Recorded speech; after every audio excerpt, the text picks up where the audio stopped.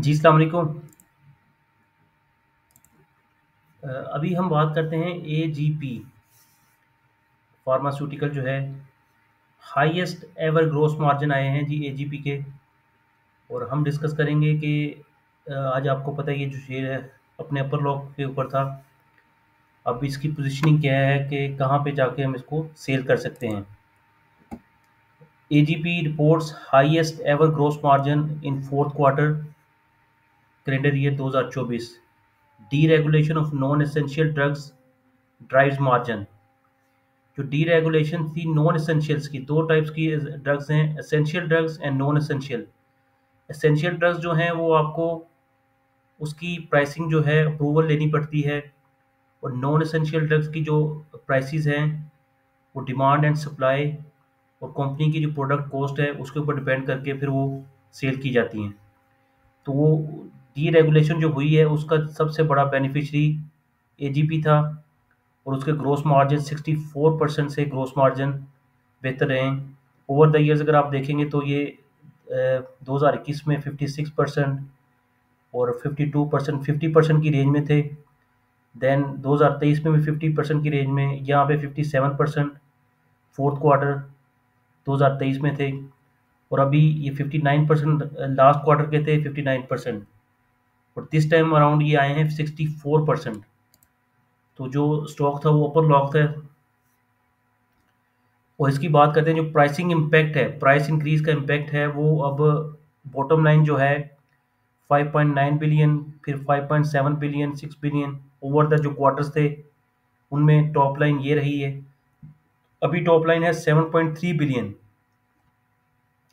तो यही अगर कंटिन्यू करेगी तो नेक्स्ट जो फोर्थ क्वार्टर आएंगे उसमें इसकी आप देखें ना, टॉप लाइन थी 18 अरब रुपए की, 18.7 बिलियन की टॉप लाइन थी, उसमें 34% का इंक्रीज है। करंट ईयर 2023 और कैलेंडर ईयर 2024 25 बिलियन रुपीज तक पहुंच गई, 34% का इंक्रीज है टॉप लाइन में। और ग्रोस प्रॉफिट जो है वो 10 बिलियन से 14 बिलियन पे पहुंच गए हैं, 45%। और यहाँ पे अगर हम देखेंगे क्वार्टरली तो 4.7 बिलियन रुपीज़ के फोर्थ क्वार्टर में ग्रॉस प्रॉफिट है एब्सोल्यूट वैल्यू में। और क्वार्टरली जो प्रॉफिट आया है operating profit that is 2.6 billion, profit before tax quarterly 2 billion, profit after tax 1.3 billion, एक क्वार्टर का 1.3 बिलियन प्रॉफिट आफ्टर टैक्स है। और अर्निंग पर शेयर आ रही है 4 पे 28 पैसे। तो ये 4 पे 28 पैसे अगर कंटिन्यू करती है तो इट मीन जो अगले 4 क्वार्टर होंगे उसमें 16 रुपये की अर्निंग्स आएंगी। जब 16 रुपये की अर्निंग्स आएंगी, 4 पे डिविडेंड भी अनाउंस किया है उन्होंने, और डी रेगुलेशन ऑफ प्राइसेस जो हैं वो ऑब्वियसली हेल्प करेंगे आगे जाके फ्यूचर में भी इस स्टॉक को, एजीपी को। तो अभी इस स्टॉक को हमने रखना है कि बेचना है। अभी ये 9 रुपये 53 पैसे की अर्निंग्स हैं। तो अगले जो 4 क्वार्टर्स हैं उसकी अगर एस्टिमेशन अगर आप लगाएंगे इस हिसाब से 4 पे 28 पैसे के हिसाब से, तो 4.5 9 रुपये 18 रुपये की अर्निंग्स आ सकती हैं अगर यही रिजल्ट हर क्वार्टर में रिपीट होते हैं। डिमांड तो ऑब्वियसली डिमांड है, और एक्सपोर्ट की भी काफ़ी डिमांड है फार्मास्यूटिकल सेक्टर की।